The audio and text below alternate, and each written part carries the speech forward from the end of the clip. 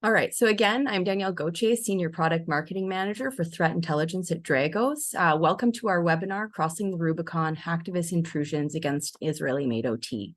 Today, we'll be covering recent hacktivist activity impacting organizations in the US and Europe. We have a lot to cover today, so we're going to jump right into it. But before we get started, this session is being recorded and the recording will be emailed to you after the session. Also, your microphones have been muted, but we still want to interact with you. So please use the Q&A chat feature to submit any questions you have. We'll try to get to your questions as we go, and we'll have some time at the end, hopefully. Now I'd like to introduce the speakers of today's session. We have Bryce Livingston, Senior Adversary Hunter, Kyle O'Meara, Principal Adversary Hunter, and Eric Brown, Senior Industrial Hunter. So I'm going to ask you, Bryce, if you can kick it off for us. Absolutely. Hello, everyone. Thanks for attending today's webinar. My name is Bryce Livingston, and I'm a adversary hunter working for the Dragos Intel team. And myself, along with Kyle O'Meara and Eric Brown, we have been actively investigating some of the activity around the Cyber Avengers hacktivist campaign. And we're happy to share a little bit of our research and findings, as well as some recommendations, mitigations, and key takeaways that we think are really relevant for organizations from this campaign. So this is what we're going to go over today. We have our little bit of background on the Cyber Avengers hacktivist group. We're going to talk in depth about the Unitronics targeting campaign and the attacks that we observed. And then we're going to get into some proactive measures and mitigation guidance. Next slide, then. Right, so we'll just get straight into it. The activity that we're talking about today started last month in late November.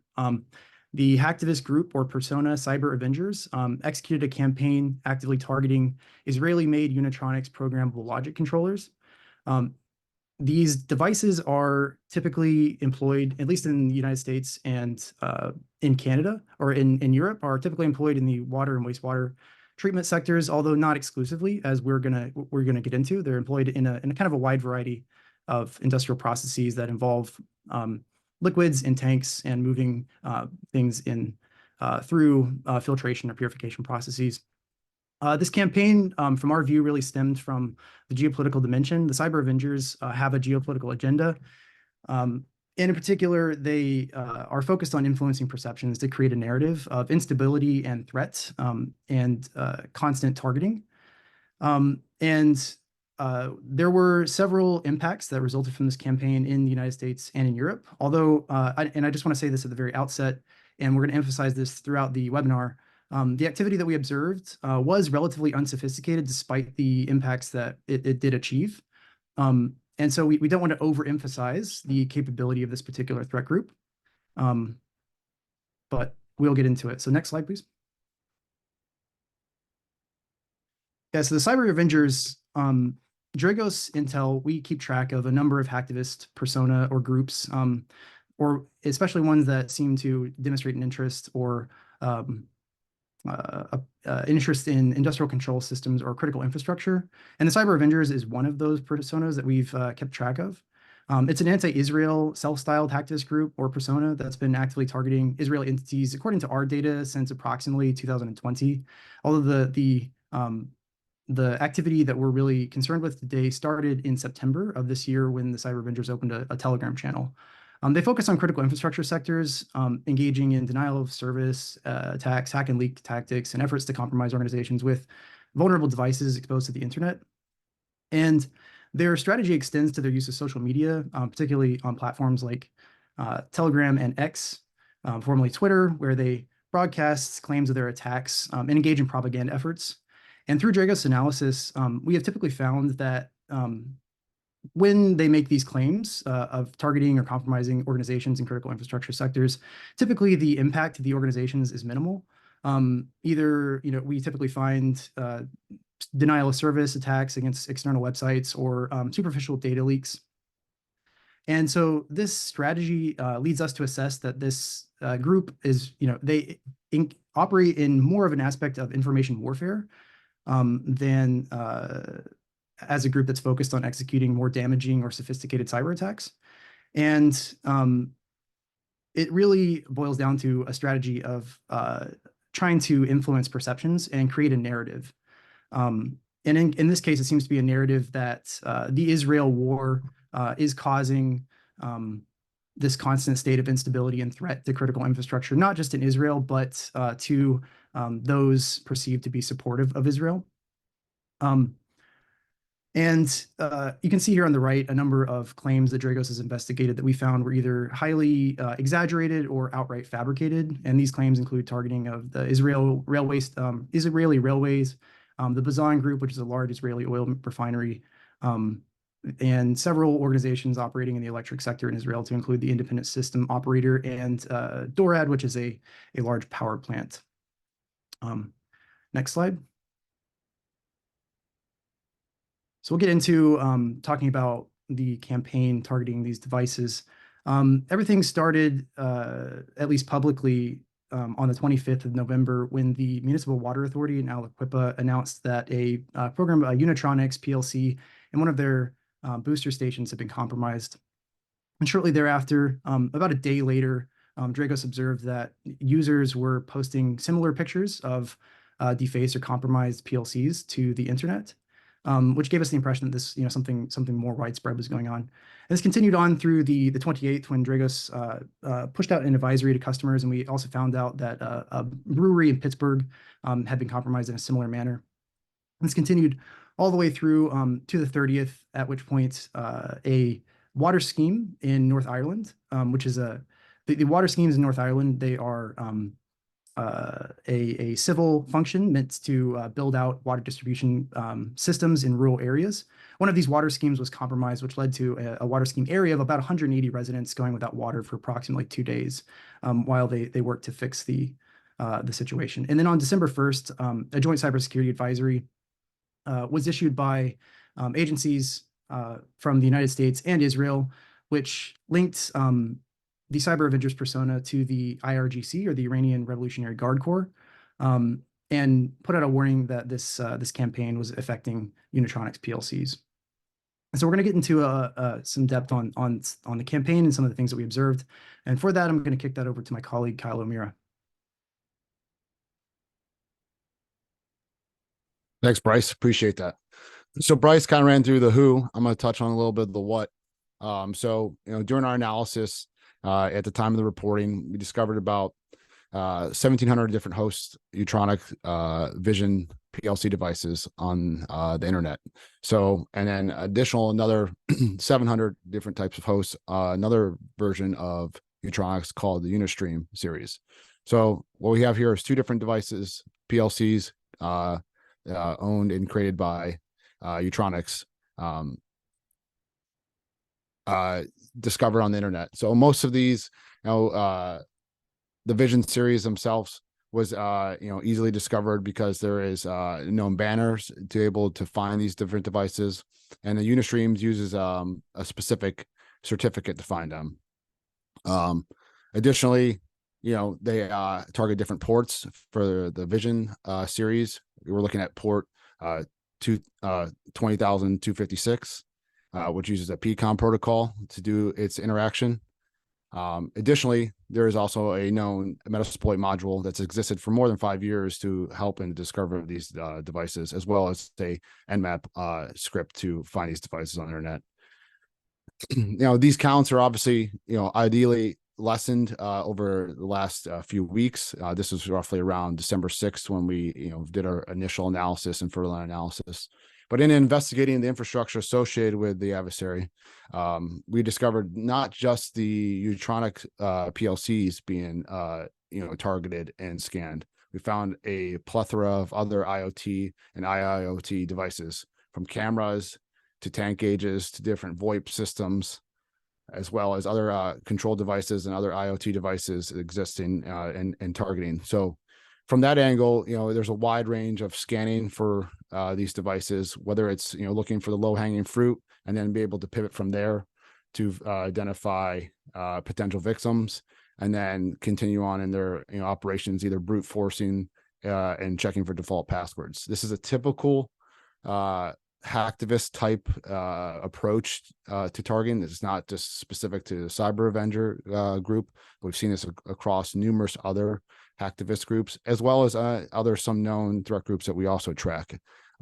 implicitly. We see that this is a very common tactic to look for devices exposed to internet, collect that list, and then target them with either some brute forcing campaigning of some rainbow tables of known passwords for these devices, and or just checking for default passwords, which is sort of what we saw in the case with the Unitronics Vision series, where in the advisory, but it was also listed in the documentation for Unitronics that the default password is 1111. But in the documentation produced by Unitronics, they also said that this password should be changed upon activating this device. So different avenues of attacks and different things from there. We're doing some ongoing investigations of some of these devices and some forensic analysis to see what other type of footprints and other things can be extracted based on the campaign, because there's some nuances we are sort of a little unaware of how potentially the things were targeted, but we do have some moderate confidence of what was done, how access was done, but we're trying to bluster that analysis and further on getting some more details on that.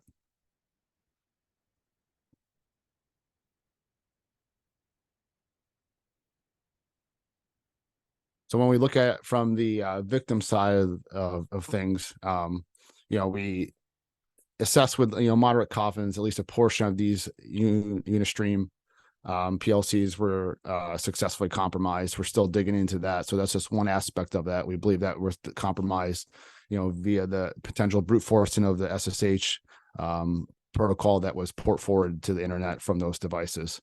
But also, again, there's other multiple factors that come into play as well. Whether it was default password, weak passwords, obviously the Metasploit modules and the Nmap modules allow for the discovery of devices.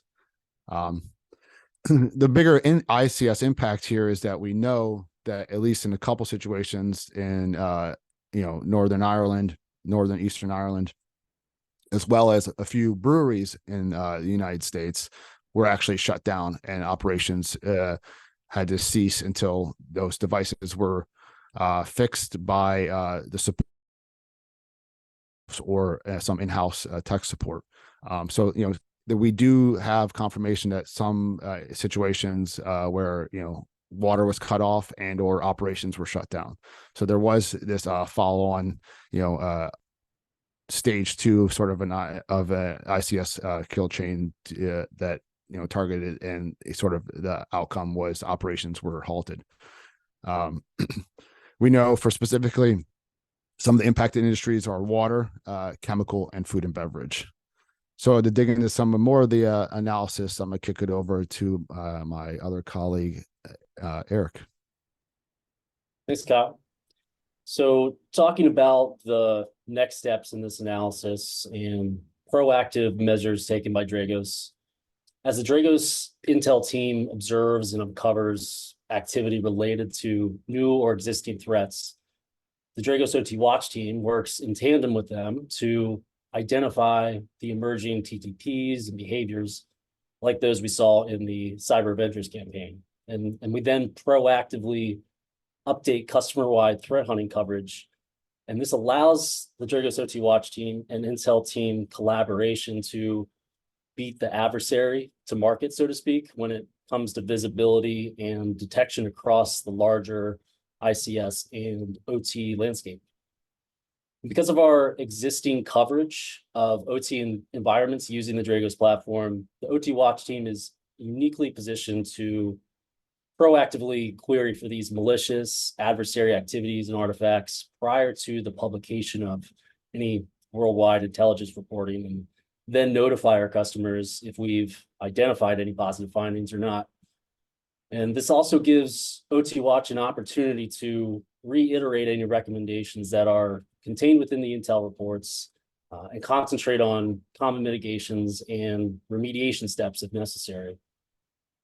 So using this Cyber Avengers campaign as an example of this proactive threat hunting coordination, once our Intel team began sharing their findings and analysis with OT Watch, we then queried the passive data from our customer environments for the existence of not only external adversary controlled infrastructure, but to also identify with asset visibility the affected devices in those networks.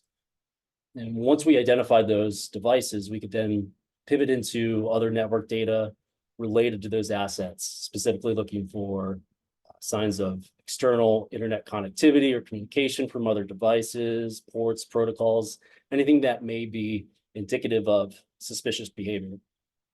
But then we were able to alert our customer base of any findings before the initial advisory alert was publicly released.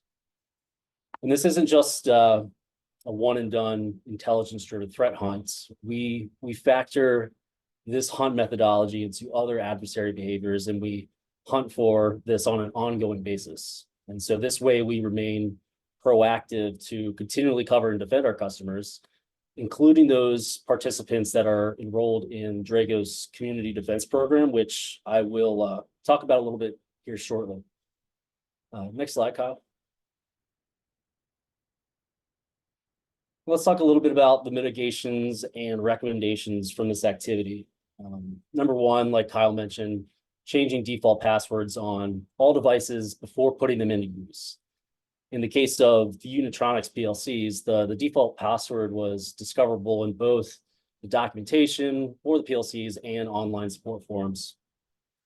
Next, eliminate external public internet connectivity from critical OT devices, especially those with a default password. Exposing these PLCs to public internet with default passwords is, the equivalent of exposing it with any form of authentication control.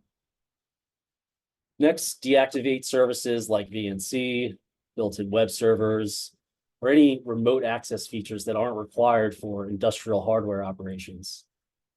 This includes removing any unapproved remote access tools or protocols, which then reduces potential entry points for other cyber threats. Next, let's utilize VPNs as the primary method for remote access. This ensures a secure, encrypted connection, which will also help prevent industrial devices from direct internet exposure and unauthorized access. Then we want to employ strong authentication mechanisms and regularly update those authorization protocols. We want to ensure that remote access is strictly limited to authorized personnel only. And then lastly here, but of no less importance, isolate PLCs, isolate other critical operational assets through network segmentation, using firewalls to regulate the ingress, egress traffic, and thereby enhancing overall security. Next slide, Kyle.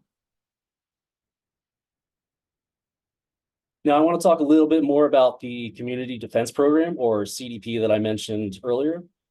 CDP was officially announced last week, and it is a free program to enable under-resourced US-based utilities to defend themselves using Dragos products, which can provide a solid foundation for growing OT cybersecurity programs.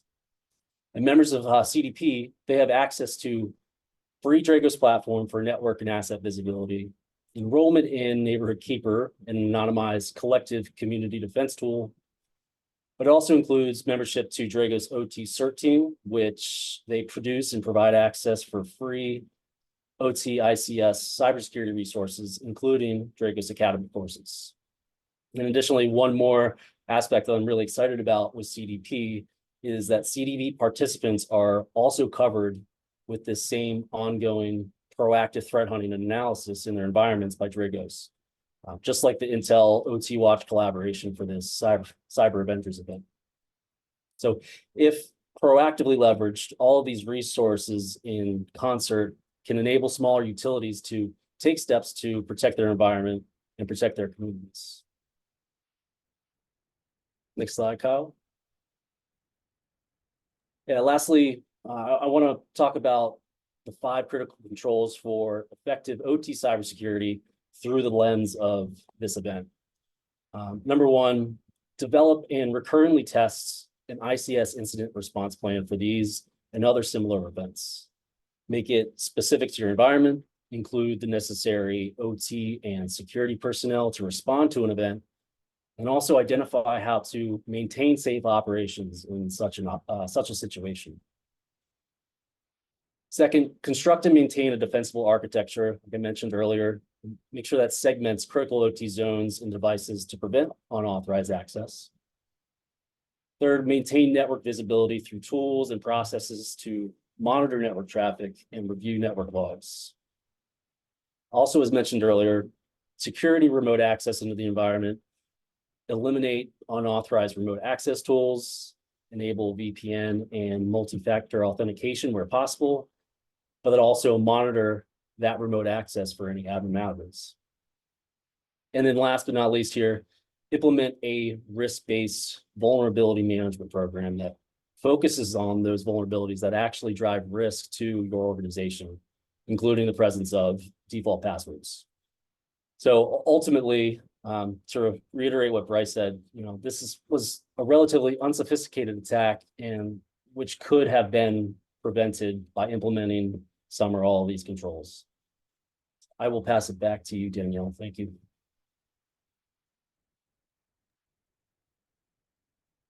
Thanks very much, Bryce, Kyle, and Eric, for sharing your insights with us. We do have some time for a few questions now.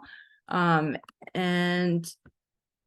it looks like we only have one question here, and it's and I think anyone could probably answer this. So you're still working on some of the analysis. Will you be sharing additional information when you're completed that analysis? How could I go about getting that? I think I'll take a stab at it. Like, I mean, some of the analysis, we might produce another blog on the situation, but some of the analysis might be sensitive. So most of it might and will be going to our customer base so they can better protect themselves. A lot of our analysis, is, at a traffic light protocol level of amber strict. So, if you're a Dragos customer, you'll Worldview customer, that'll end up in the Worldview portal. Some of the other sensitivities behind that, we'll see what's available to share, because we don't want it to turn around and, assist any adversaries in targeting these, other devices that sit out there on the internet that might still be out there on the internet. Thanks, Kyle. Okay, so next question. So we got a few more questions coming in here. So you mentioned port 22 on the Unitronics devices, but there was no SSH on these devices. Does this infer that SFTP was enabled and all allow for access via TCP 22 to SFPT and directly to the device storage? And I think, Bryce, you can handle that likely. Yeah, so in the case of the so it's useful we distinguish between the two different types of Unitronics PLCs. There's other types too, but the two main ones are the Unitronics Unistream and the Unitronics Vision series devices. In the case of the Unitronics Unistream devices, they utilize the Unilogic software to interact with the PLC. And if you read the documentation for the Unitronics software, one of the ports that in the documentation specifies that you need to enable port forwarding so that you can interact with the PLC through the Unitronics software through the remote internet is port 22 to enable program download. That's in addition to port 3335 to expose the online monitoring port, and another high port I believe is for the API. Now your question regarding SSH. Now let me also say that in our investigation, we found that, we assessed with moderate confidence based on what we were able to observe, that a large amount of the Unitronics Unistream devices on the public internet had port forwarding on port 22 going directly to the PLC. So given the fact that we observed the SSH scanning on port 22, we don't currently know whether SSH in particular was the vector, or if they use maybe the program download functionality or the Unilogic software. That is an aspect of the investigation that we're continuing to look into, and we expect insights to come from the forensic investigations that we mentioned. But I hope that clarifies your question. Thanks, Bryce. Okay, so next question: which of the 5 controls would work after the intrusion is a fact? And I think Eric, you can probably handle that one. Yeah, thanks, Danielle. 2 that come to mind immediately, one being network segmentation. A part of the network, there is an intrusion. Having proper network segmentation would help contain the adversary, help contain any action on objectives. But I think more importantly, after the intrusion has occurred and has been identified, a proper established ICS incident response plan will help, contain the adversary, but also returning or maintaining safe operations in the operational environment. You've already know who to go to, who the on the OT side, on your security side, who do we need to contact to work to remediate this situation.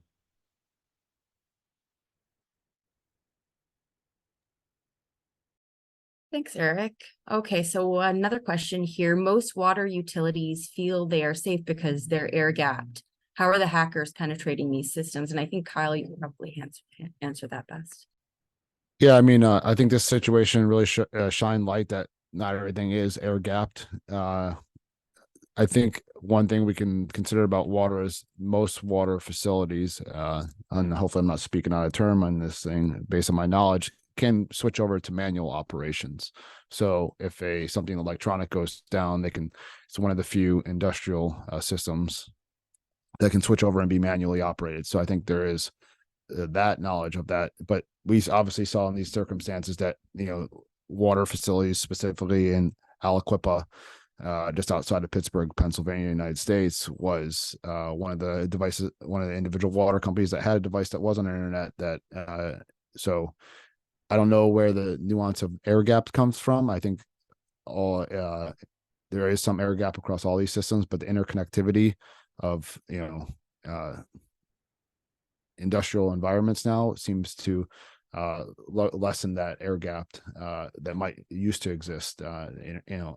Internet enabled devices such as the Unitronics devices allows for access remotely. So that's one of the cases here. Thanks, Kyle. So could other copycat hackers do the same or similar and try to obfuscate themselves to appear as cyber avengers? In other words, can you really attribute the source with confidence? And I think, Bryce, do you want to handle that?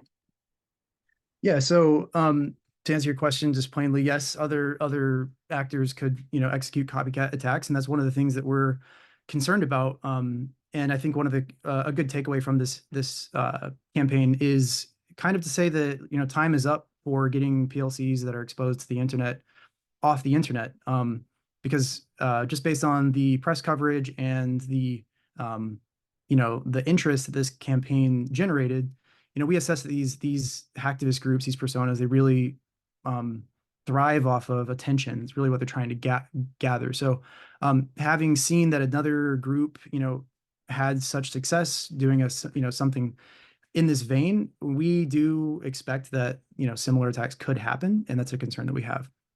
As to your question about attribution, we have high confidence that the activity that we observed is associated with the cyber avengers. We have, sources and industry partners that help us make these determinations, but I can't get into the technical details about why we made that attribution. But in the case of these hacktivist groups, it helps that they take credit for their actions. And finally, on that point, I'll just restate that Dragos doesn't do formal attribution to nation state actors. That's not something that we deal with. But circumstantially, it does align with Iranian national interests, just in terms of the targeting profile. So I hope that answers your question. Thanks a lot, Bryce. Okay, so what is the best way to identify and detect an IOC on an ICS system? Eric, want to handle that one? Sure. This goes back to the critical controls again, is having a way to monitor your network visibility, whether that be through a tool like the Dragos platform or something else, is having sensors in your environment to collect network telemetry and aggregating that in a place that can detect, or you can query search upon for an IOC.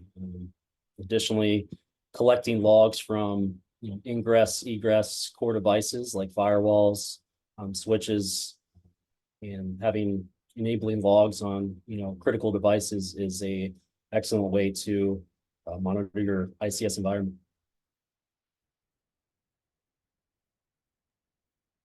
Thanks, Eric. So were there any power company impacts due to this attack? Not that we are aware of at this time. Thanks, Bryce.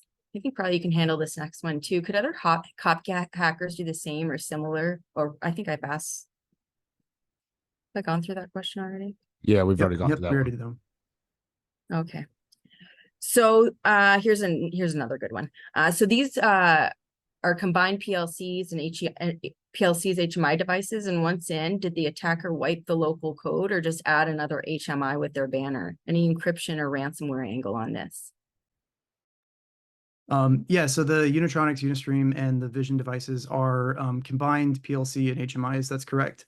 And based on what we've observed, the adversary changed the PLC name and they changed the banners in the HMI, but we haven't observed the deployment of ransomware or encryption. We also haven't observed any pivoting to internal networks, but we're not excluding that as a possibility. But we have not made those observations.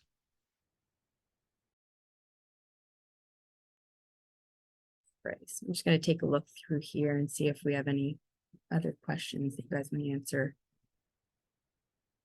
If we are not able to answer your question today, please do reach out to us with your questions. We're more than happy to help you. There's just certain questions that we can't necessarily answer, today and here in this webinar. Okay, so I think that we're good on the questions. Again, as I said, do reach out if you have an immediate need. So thank you very much for your time today, and thank you very much to our presenters. You guys did great. So we hope the information we've shared today was helpful. And if you need urgent assistance, as I said, or you have additional questions, please reach out using the contact form on our website. And we encourage, any small utilities to reach out and sign up for our CDP program.